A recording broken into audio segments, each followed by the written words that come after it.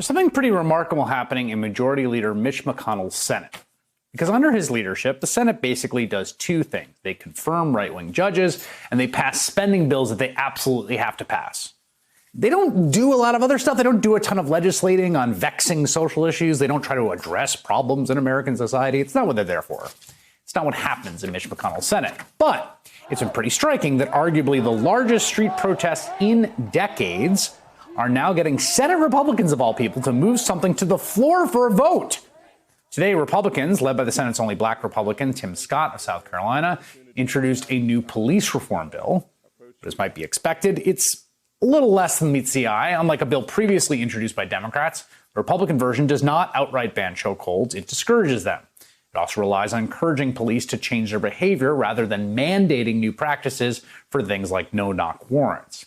The bill also leaves in place, and this is crucial, something called qualified immunity, which largely protects police from being personally liable for their actions in the job, no matter how egregious. Here with me now, Senator Cory Booker, Democrat of New Jersey, who's been outspoken on the need for police reform, sponsored a bill that actually would change qualified immunity for police. Senator, let's start first with the fact this is happening, which is just striking to me. Mitch McConnell saying they're going to actually have a vote on the floor of the U.S. Senate on a bill, which is not sort of the thing they do unless there's some crisis or some, agency of the government that needs to be funded. What's going on here?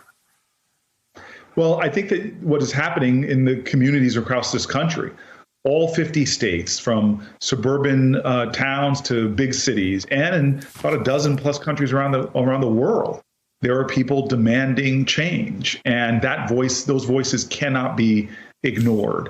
And so the bill that I did, which is with Kamala Harris and the Congressional Black Caucus and other leaders, is, I tell you, it is real reform. It has real consequence for police officers.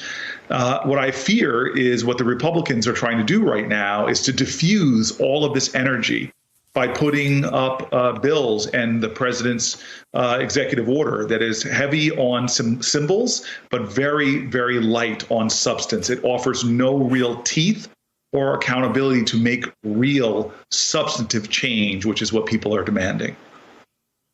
It's interesting you say that, because I have seen activists and organizers and people, I think, whose politics are at the sort of left edge of the Democratic coalition, I think more radical than folks that might be in elected offices. They've said the same thing about Democrats. They basically say Democrats are offering these reforms to kind of get people out of the streets and sort of give them something to go home and go out of the way, and then so that they could essentially preserve the status quo, more or less. What do you say to that?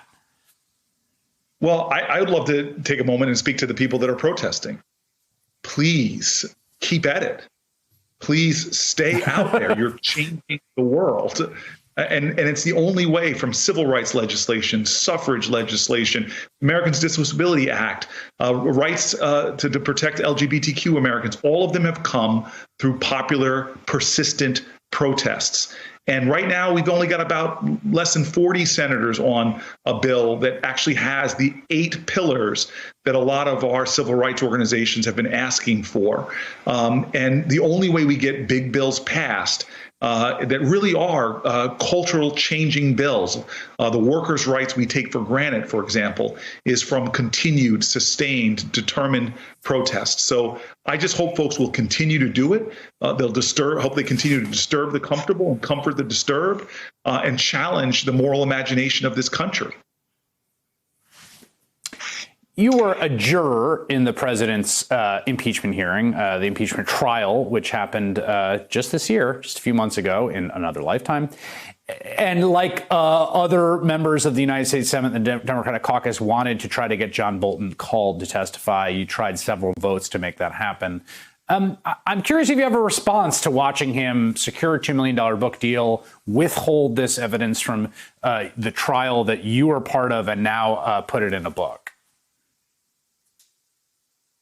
I think this is going to be a sad chapter in American history, where you see a lot of folks who have kept silent in the face of things that were not only wrong morally, but frankly violative of our Constitution. And when they had a chance to speak out, when they had a chance to speak up, they didn't say anything. And when Bolton could have made a difference is during an impeachment trial. The things that he's alleging in that book are impeachable offenses, are contrary to the common values and the ideals of this country. And for him not to speak up as in a matter of patriotism, but instead it seems only to get paid, is just painful. But he's not alone. There are a lot of people who have chosen to remain silent out of convenience or fear or what have you in the face of a president that, as General Mattis, who's finally speaking up, has said is a danger to our democracy.